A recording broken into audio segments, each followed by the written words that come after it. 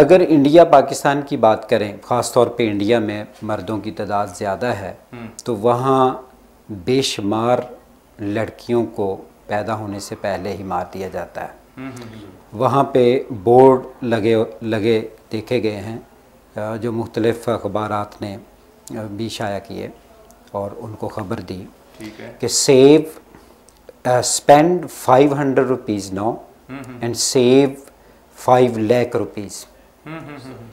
It means کہ آج اگر 500 روپیہ خرچ کے الٹرا ساؤنڈ وغیرہ کرواتے ہیں اور اس میں پھر عورت کو کل کر دیں، لڑکی کو، اور آج اگر یہ کر دیں گے آپ تو کل کو اس کے جہیز کی شکل میں یا دوسری صورتوں میں جو لیکس میں روپے خرچ کرنے ہیں وہ بچا سکتے ہیں۔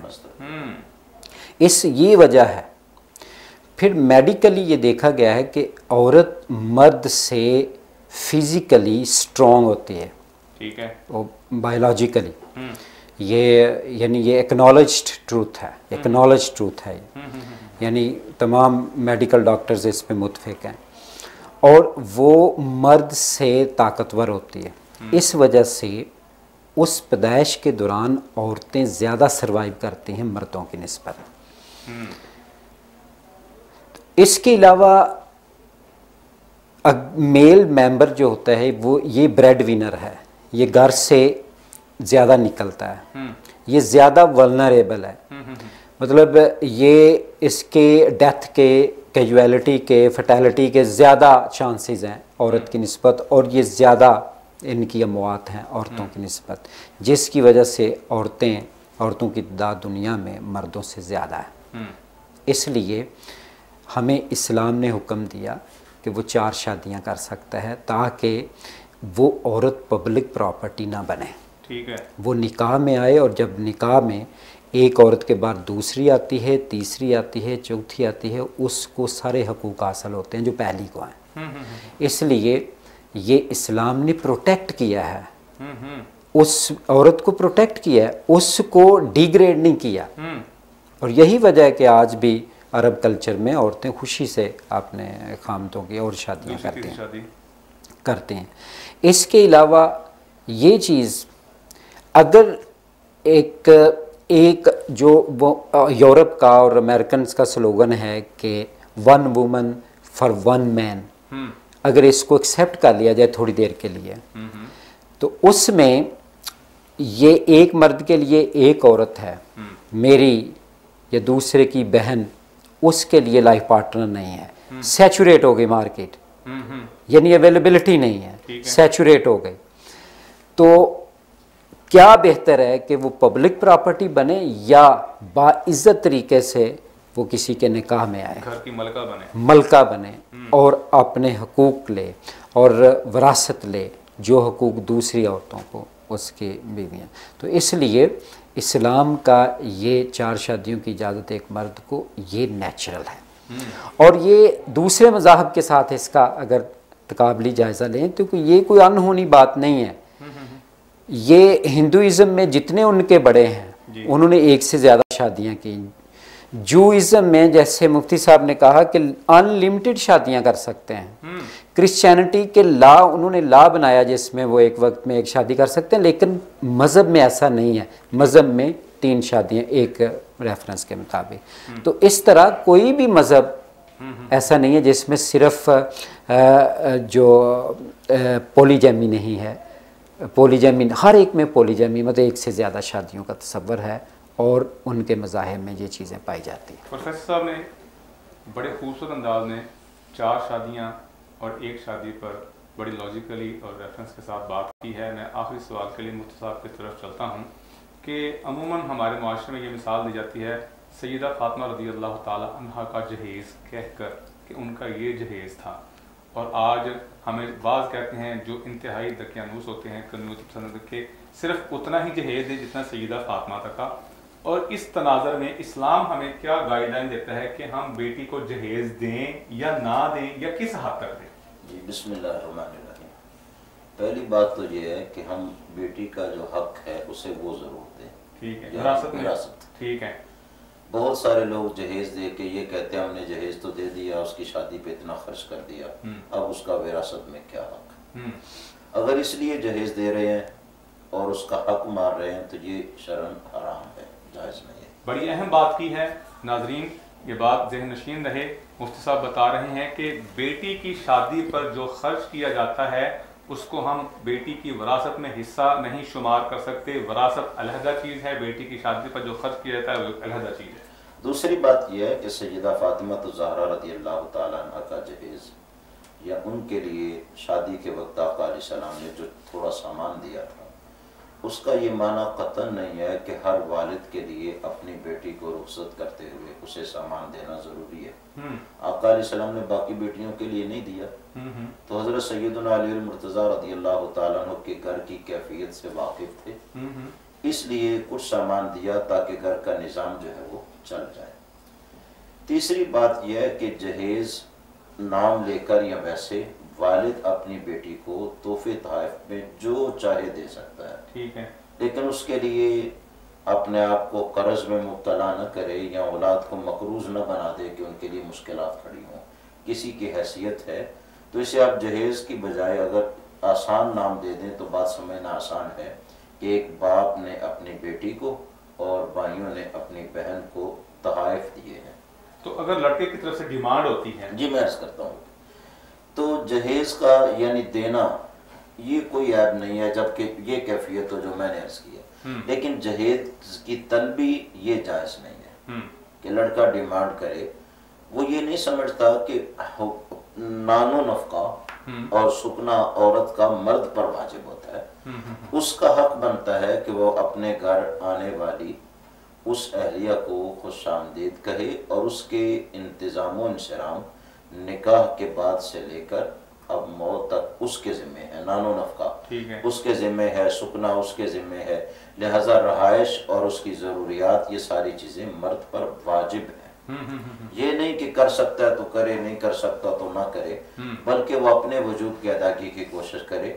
ڈیمانڈ کرنا یہ جائز نہیں ہے، یہ کسی کو تنگ کرنا ہے، شریعت اس کو جائز نہیں سمجھتی۔ جیسے کوئی بندہ دوسرے سے کوئی سوال کرتا ہے ہاتھ پھیلا کے، وہ جائز نہیں ہے، ایسے ہی داماد کی یہ ڈیمانڈ بھی ہے، یہ سوال ہے اور سوال کرنا یہ درست نہیں ہے، لہذا ڈیمانڈ بالکل نہیں کرنی چاہیے اور دیکھنا چاہیے کہ ہم اس کو کیا خوشی دے سکتے ہیں۔ وہ سب کچھ چھوڑ کے ہمارے گھر میں آ رہی ہے تو ہم اس کے لیے اہتمام کریں اور وہ بھی اپنے حیثیت کے مطابق۔ لہذا جہیز کی ڈیمانڈ مطلقاً درست نہیں ہے، لیکن والدین یا بہن بھائی اپنی بیٹی یا بہن کو کچھ چیزیں ضرورت کی دے دیں تحفے تحائف میں تو یہ کوئی حرام بھی نہیں ہے۔ تو اس معاملے میں ہمیں اعتدال کی راہ کو اپنانے کی ضرورت ہے، کسی کی جیسی حیثیت ہے ویسا کرے، لیکن جہیز کو وراثت میں شریک نہ کرے کہ اب وراثت سے محرومی ہے، بلکہ اللہ کا شکر ادا کرے کہ اللہ نے مجھے توفیق دی ہے کہ میں اپنے بچوں کو، اپنی بچیوں کو زیادہ سے زیادہ خوشی کا سامان جو ہے وہ دے سکتا ہوں۔ مفتی صاحب ہمیں بتا رہے ہیں اللہ کے نبی صلی اللہ علیہ وسلم کی سنت کی روشنی میں کہ آپ کی جتنی حیثیت ہے آپ خوشی سے اپنی بیٹی کو کچھ دینا چاہیں، لیکن قرض پکڑ کر کسی کی دیکھا دیکھی یہ دینا ضروری نہیں ہے۔ اور دوسری طرف ہمارے معاشرے میں بعض اوقات لڑکی کو اس وجہ سے تان و تشنیع کا شکار بنایا جاتا ہے کہ تم جہیز کے طور پر کیا لے کے آئی ہو، اور بعض اوقات تو اس کو قتل بھی کر دیا جاتا ہے کہ تم جہیز نہیں لے کے آئی۔ یقیناً ایسے بندے جو جہیز نہ لانے پر لڑکی کو، دلہن کو تنگ کرتے ہیں، وہ کل قیامت کے دن اللہ کی بارگاہ میں جواب دہ ہوں گے۔ آپ ہمارے ساتھ رہیے گا، مزید پروگرام کے ساتھ ہم آپ کے ساتھ حاضر ہوتے رہیں گے، ہمارے سے رابطہ کیے گا۔ اگر آپ کو ہمارے مفتی صاحب سے یا پروفیسر صاحب سے کسی بھی نکاح کے حوالے سے یا کسی بھی دینی یا معاشرتی حوالے سے رہنمائی درکار ہو تو ہمارا نمبر آپ اسکرین کے سامنے دیکھ سکتے ہیں، ہمارے ساتھ رابطہ میں رہیے گا۔ تب تک کے لیے دوبارہ اجازت دیجیے گا۔ السلام علیکم ورحمۃ اللہ۔ رگز یہ ہے پہچان گجرانوالہ کی۔ میں رانا عمر اسٹور کی گروسری پہ آئی ہوئی ہوں۔ یہ ایک بہت ہی اچھا اسٹور ہے، یہاں سے تمام ضرورت کی اشیاء مل جاتی ہیں اور میں چاہوں گی کہ اس کی اور بھی برانچز انکریز ہوں۔ گجرانوالہ کے لیے بہت ہی بہترین ہے۔ اچھا ہے کہ ساری چیزیں جو ہے ایک ہی جو ہے ڈور اسٹیپ میں ساری چیزیں مل جاتی ہیں، ریٹ بھی ٹھیک ہے، مناسب ہے مارکیٹ کے حساب سے، تو اچھا ہے کہ ایک جگہ، لیکن یہ مزید برانچز ہونی چاہیے۔ شاپنگ کا مزہ تو رانا عمر کے اسٹور سے ہی آتا ہے، کیونکہ یہاں پر جو چیزوں کا معیار ہے وہ پورے شہر میں اس طرح کا معیار ہمیں نہیں ملتا۔ یہاں پہ ہر چیز مل جاتی ہے اور ہم آپ کو بھی مشورہ دیتے ہیں کہ آپ یہاں پہ شاپنگ کے لیے آئیں۔